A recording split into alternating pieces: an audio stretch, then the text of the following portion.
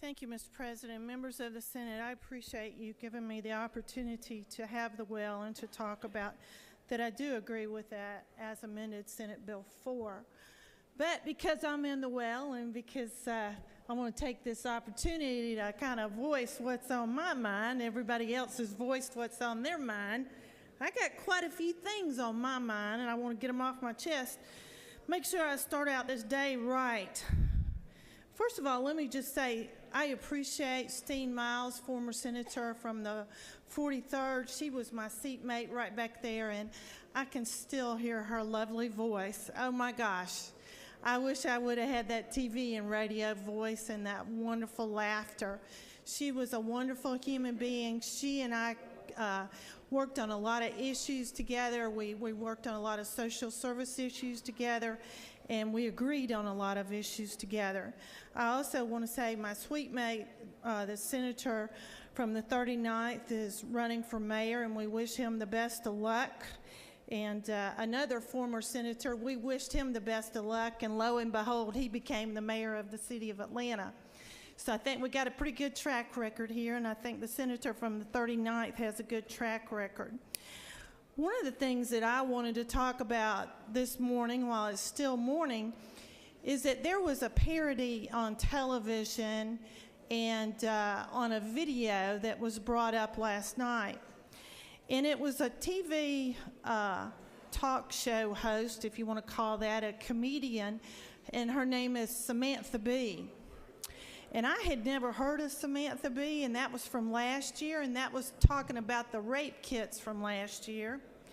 And evidently somebody in Hollywood has a favoritism for me, and I think it's because I'm a good Republican, and they like to make fun of me. But let me tell you, I like for Samantha Bee, and if you don't know her, I don't suggest that you look her up because she's so vile, and the language she uses is so awful. But I appreciate her. You know what? I come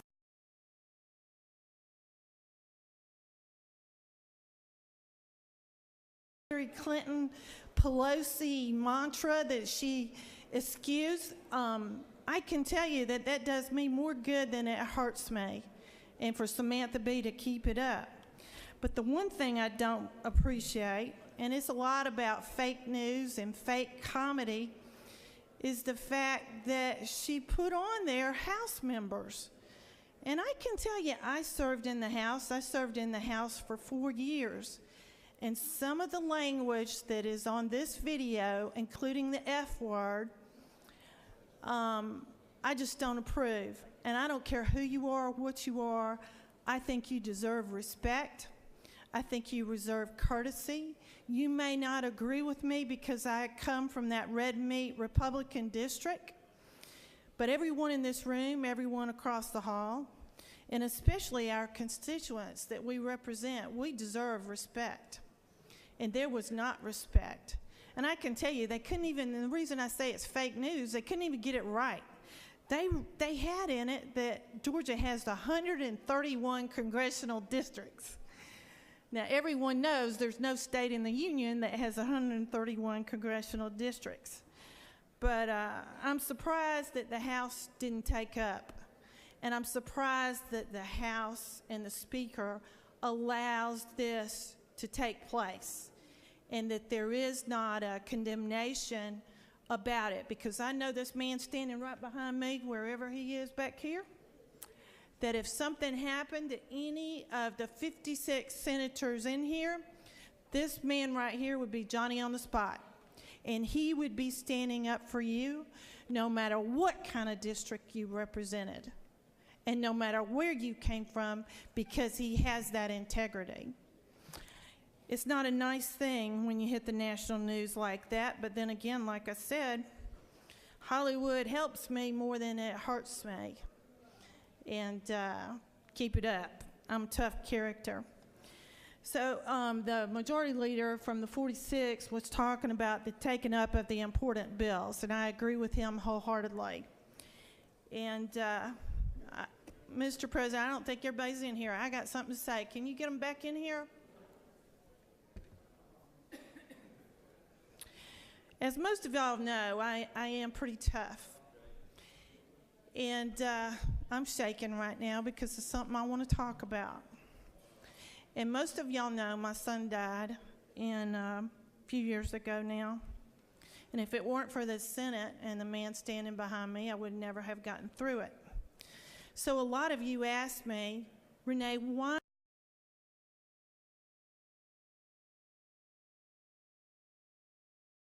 issues that I care most about is mental health and mental health parity, mental health with physical health, that mental health is just as important as physical health. And you want to know why I feel that way? Because I had to walk down the steps of my pool house and go downstairs and literally scrape up my son who had killed himself. And when you do something like that, it makes you strong. You either survive or you go the way my son went. And it's a terrible, terrible thing when it's our mission in this body to talk about child sex trafficking, human sex trafficking, slavery of people, and mental health issues. And we have that passion that I have in my heart and my soul. And just because a petty political process on the 40th day of a session, we cannot take care of children and adults who have issues like my son had. I appeal to you. I appeal to the speaker. It's not worth it. Because if we save one life with our platform here in the Senate about mental health issues, we can literally save the world. Because I hear from each one of you, Renee, we're taking these people to the hospital, but they don't get seen. There's a backlog. People with mental health issues wait 3 days to be seen. One of the most important bills I'm carrying this year is Senate Bill 40, and it came from my urban county. It's the ability to apprehend and transport people who want help so bad, just like my son did. But that bill is being blocked. Everyone in here voted for that bill. It can't even get out of the Rules Committee. So if you're not here when we're having this huge transfer,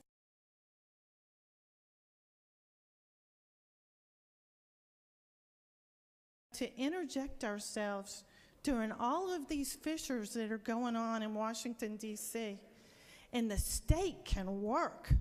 We can work and we can help our people. What is wrong with us?